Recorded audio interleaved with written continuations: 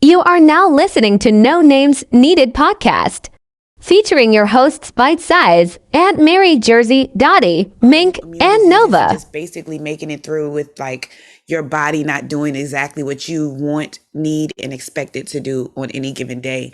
We didn't get a lot of it, so I didn't know if you all wanted to attempt to touch on some things, and maybe we do a special podcast series about health and education.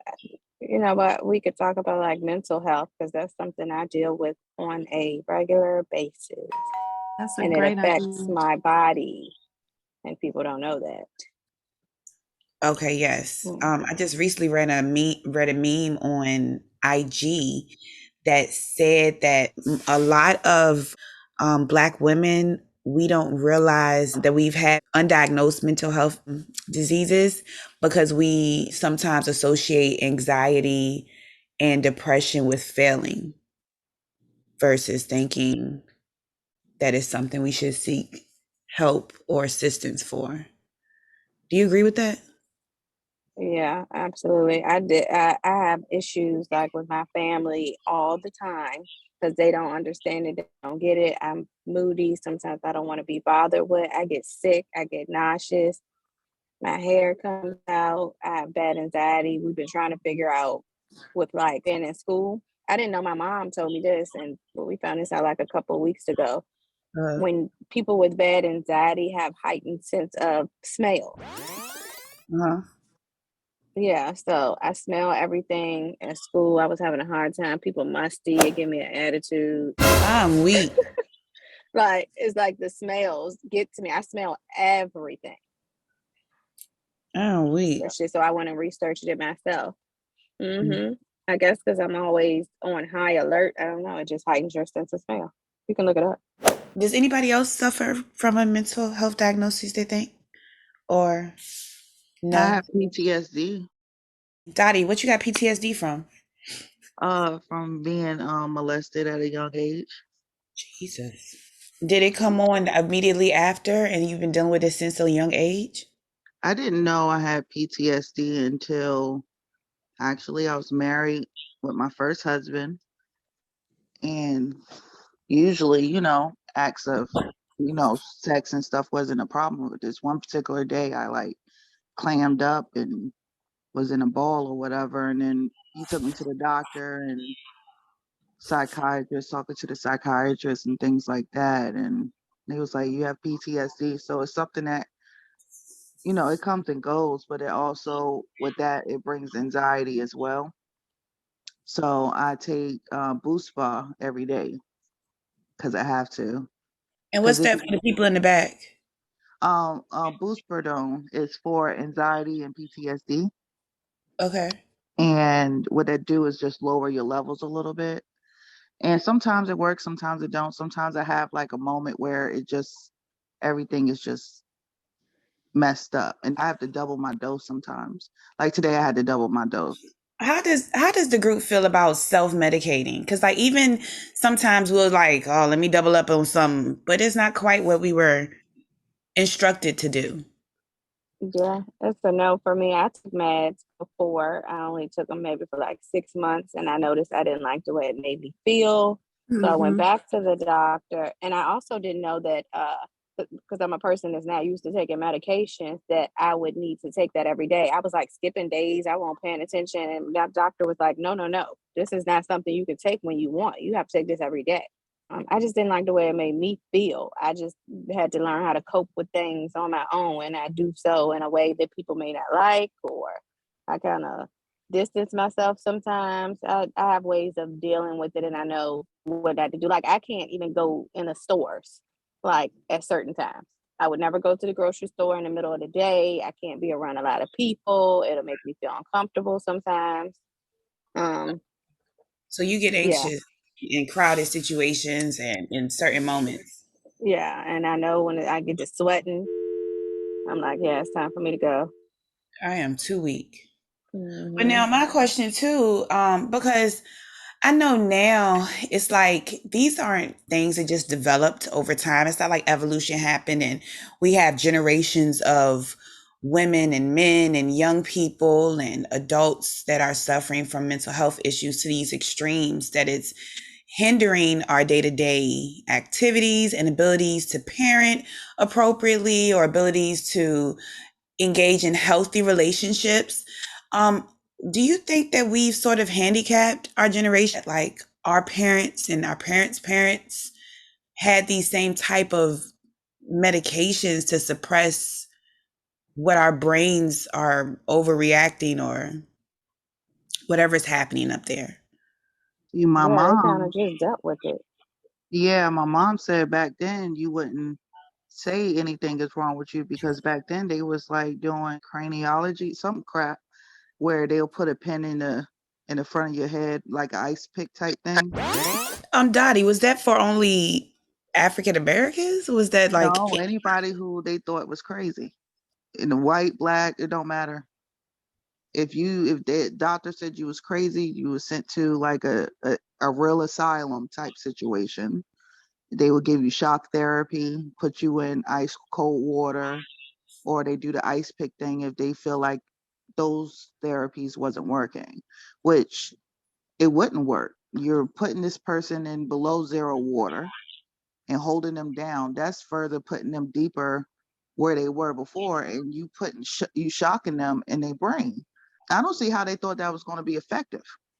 sounds like torture?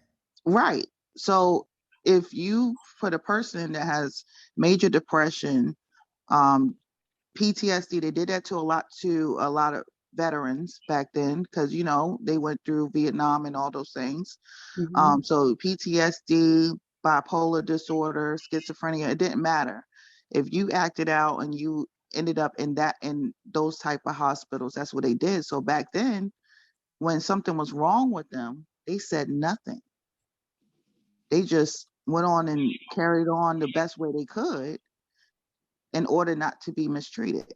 Is there anybody that's spiritual and believes that, like, because I know some ministers who have suggested that some mental health disorders are spirits attacking people.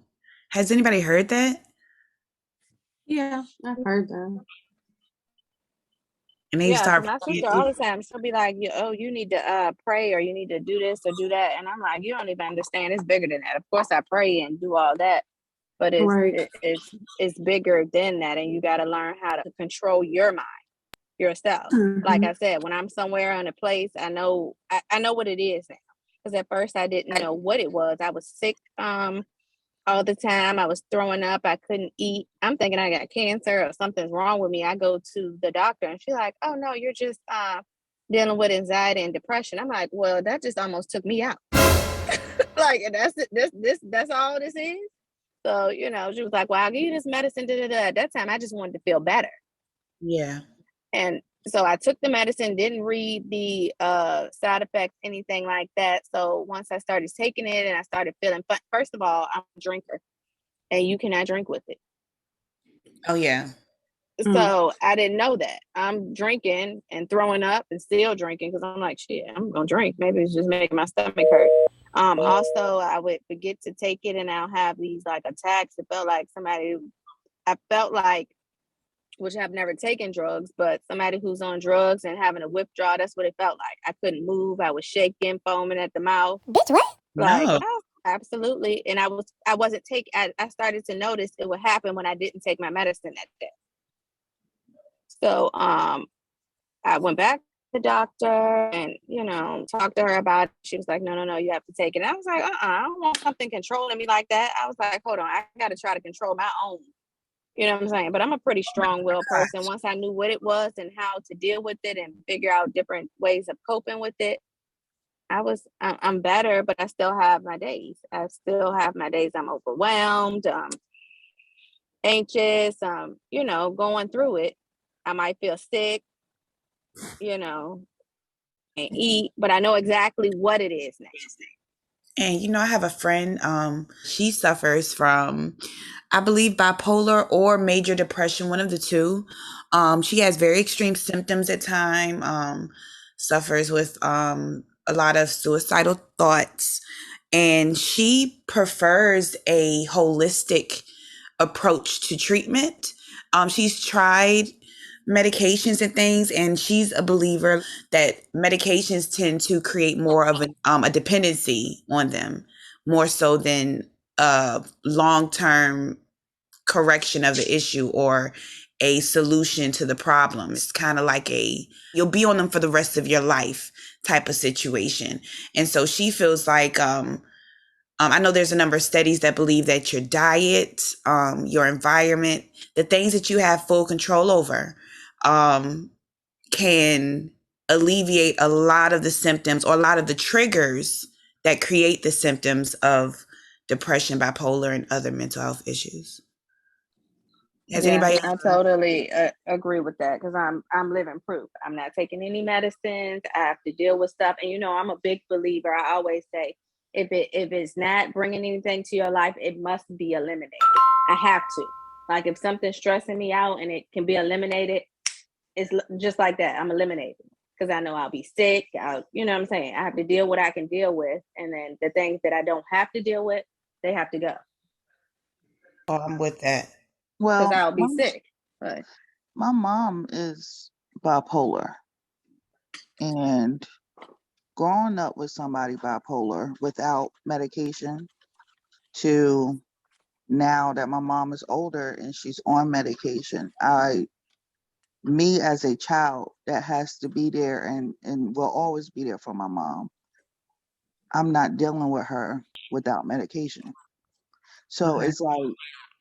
it's like certain, like, I understand anxiety, PTSD, maybe depression a little bit, but with bipolar disorder, me personally, I highly don't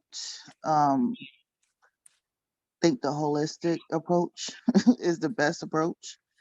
And I say this because with bipolar disorder is wrapped up with so many things. And when they become manic, it's a problem. When they become manic, it is very, very difficult for the people around them. So when it comes to bipolar disorder, I don't know.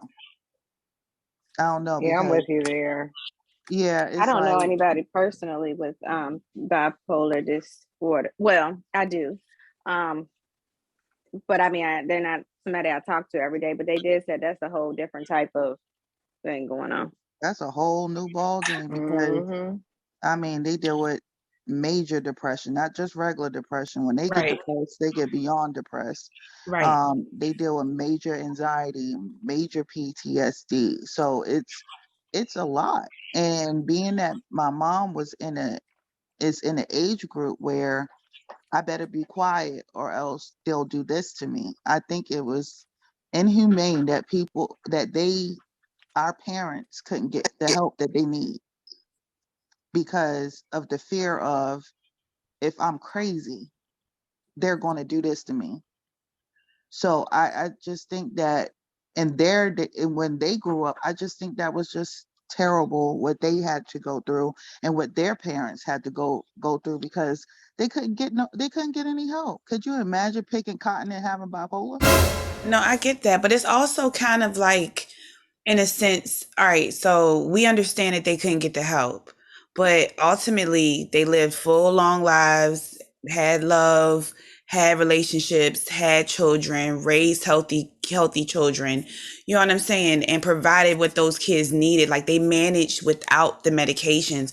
Like with my homegirl, she has major too. Like, basically it's like you can't always stop the manic moments from happening, but with a controlled environment, a controlled diet, because certain foods increase endorphins, increase serotonin, and naturally, which is what a lot of the medications are doing. They're kind of unnaturally inducing serotonin. They're unnaturally creating the functions or suppressing the functions. So instead of trying to eliminate mania altogether, she works on minimizing the triggers and then finding what coping mechanisms work for her to get through the moments, because they're moments of mania.